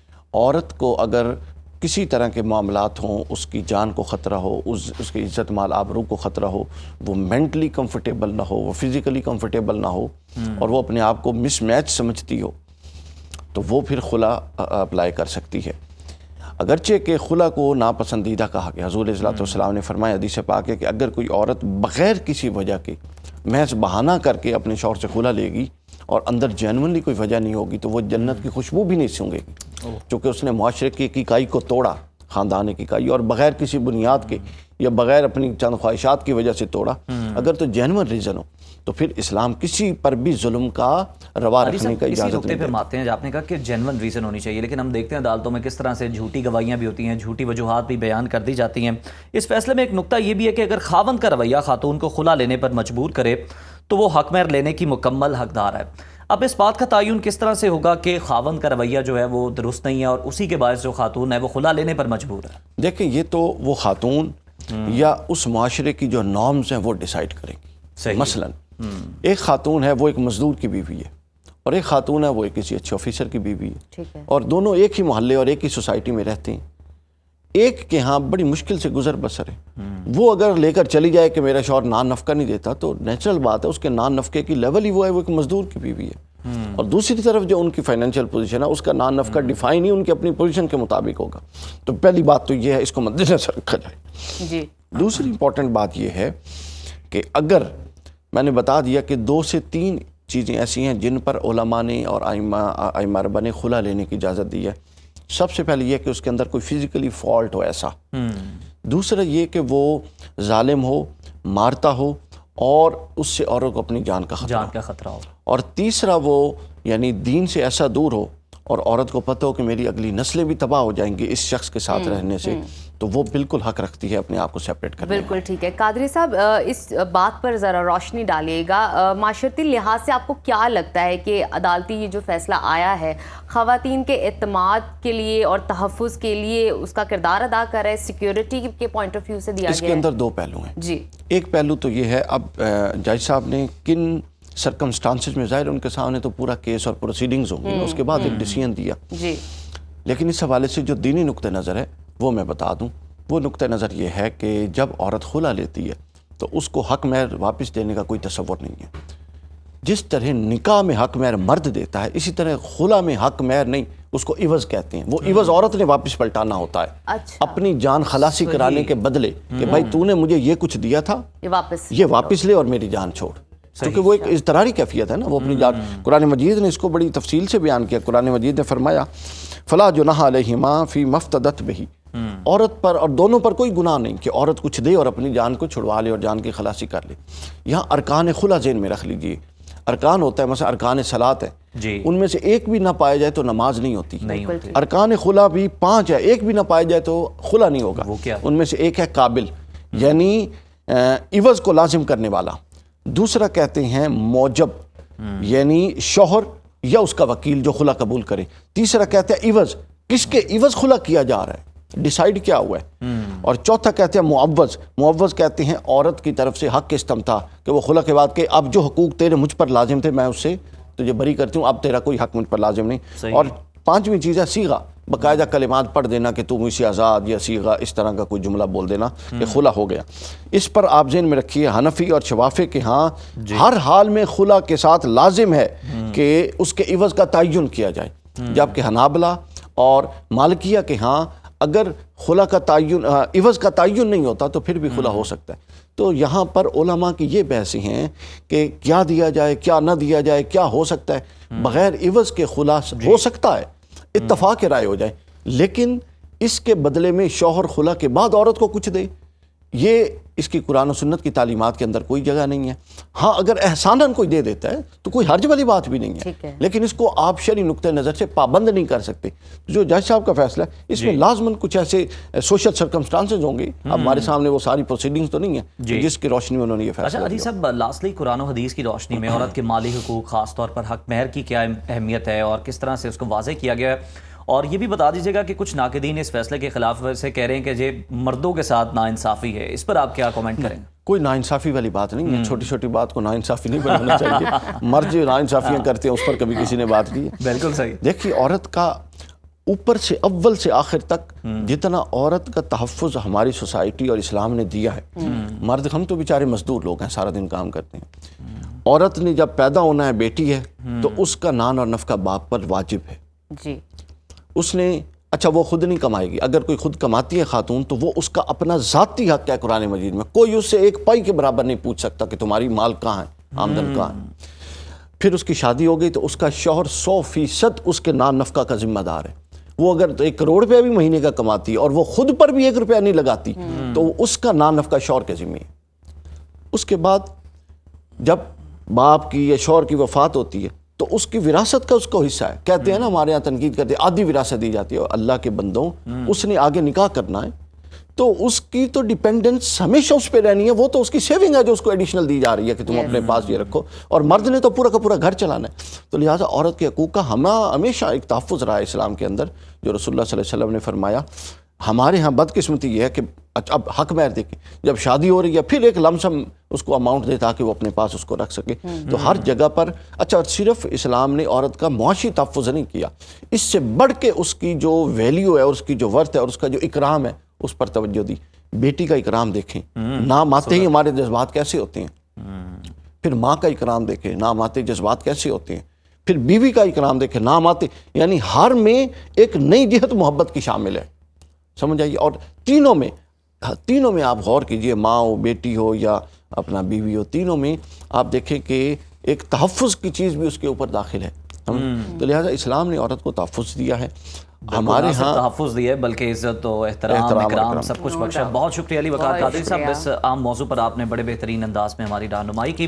तो नाज़रीन, इसके साथ ही अब वक्त हो गया आपसे इजाज़त लेने का। ये था हमारा आज का प्रोग्राम, उम्मीद है आपको पसंद आया होगा। आपके फीडबैक के हम हमेशा से मुंतज़िर रहते हैं। कल दोबारा आपसे मुलाकात होगी, तब तक के लिए अल्लाह हाफ़िज़।